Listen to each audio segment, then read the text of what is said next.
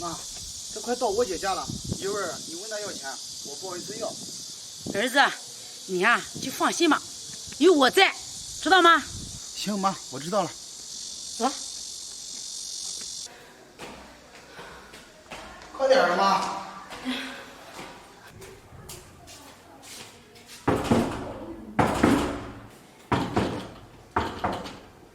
谁呀？来啦！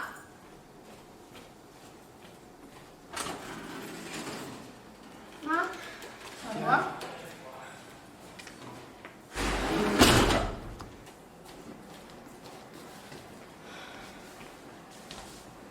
妈，小博，你俩来怎么不提前说一声啊？说什么说呀？你不是忙吗？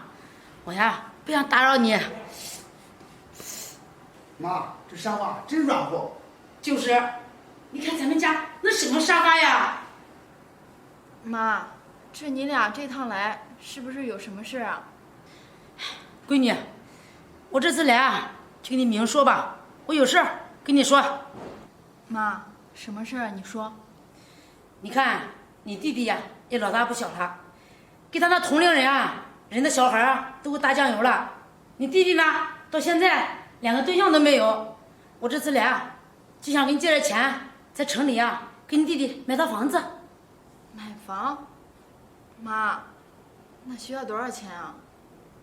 闺女，不多，40万。那么多钱？妈，我哪里有那么多钱呀？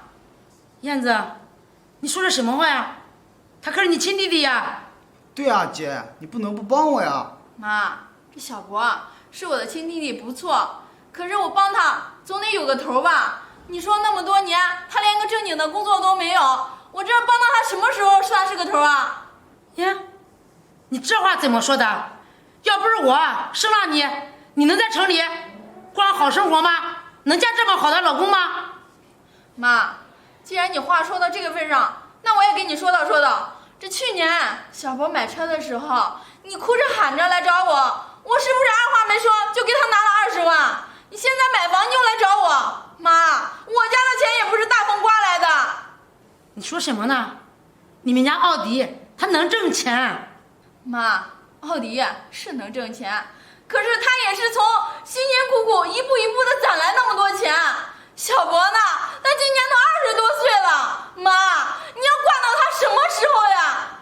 姐，不是我不找工作，那找的工作都没法干。就是，你看你弟弟他是干活的人吗？妈，小博，你说你要学历没学历，要工作经验没工作经验，你还眼高手低呢，哪一个请你去当老板呀？你怎么说话的？燕子，今天我把话撂到这儿，这钱你借也得借，不借也得借。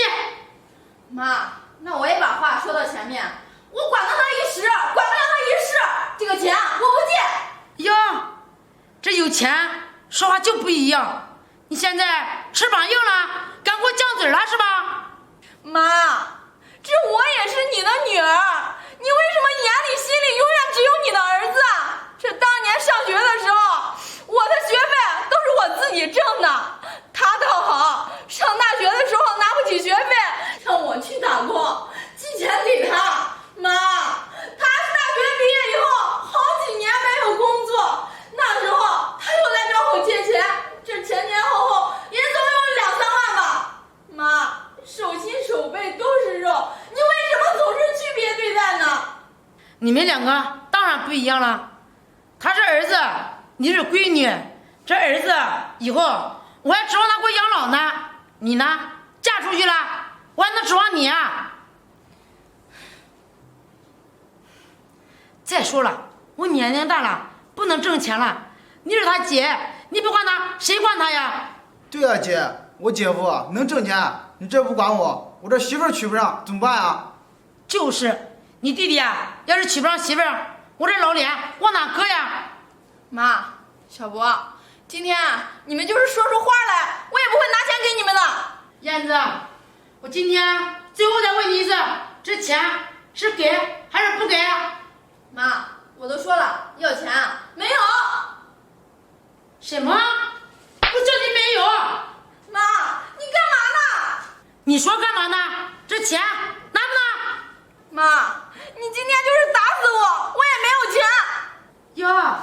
你现在有钱了，连我的话都不听了。那行，今天我就打死你！哎，这个妈不听，不听，不听，妈不听！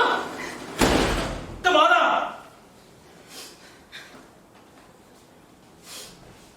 燕子，妈为什么打你啊？奥迪，是妈来找我要钱，我说没钱，他就打我。奥迪，既然你回来了，我呀就你说道说道。我今天来跟你们借钱，燕子不借给我，我可是他妈呀，他就不借给我钱，我呀教训教训他。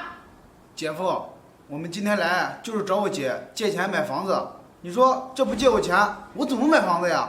你给我闭嘴！全都是因为你，小波，你说说你今年多大了？27了吧？天天什么也不干，工作不找，就知道花钱。说好听点是来借钱，说不好听啊，那就是来要钱。是我们家是有点钱，那都是我辛辛苦苦挣来的。借你是情分，不借你是本分。还有妈，虽然说你就这一个儿子，你也不能把他惯成这样吧？上次买车，在我这儿拿了20万了吧？我前前后后给他花了多少钱，你心里没数吗？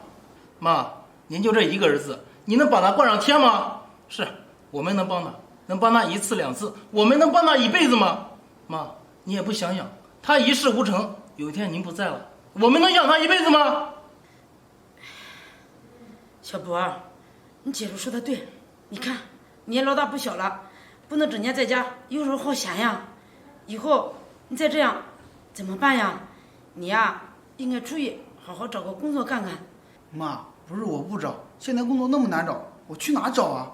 上哪儿找工作？你怎么不说你自己懒啊？小波，你要真想找工作，能找不到吗？你说说你都多大岁数了，好好找个工作，结婚养家糊口不行吗？你要真想好好找个工作，那就来我公司上班，但是必须从低层做起，我要看着你一步一步成长，别说我不给你机会。小波，你姐夫教育的对，你是咱们家唯一的男人，你要撑起这个家，在你姐夫公司好好干，不蒸馒头争口气。你呀也给妈长一次脸，让妈高兴高兴。行，妈，我知道了。奥迪，对不起，是妈错了，以后啊叫小波去你公司上班。行，妈，你看把小波惯成什么样了？燕子，是妈错了，妈对不起你，你呀别跟妈计较，就原谅妈吧。行了，妈，这我也没有怪你，我只是想着让小波能早日自己独立，我们呀也都是为了他好。行了，燕子，妈知道了。奥迪，明天啊就让小波去你公司上班，也没什么事，我们2个先走了。行，走。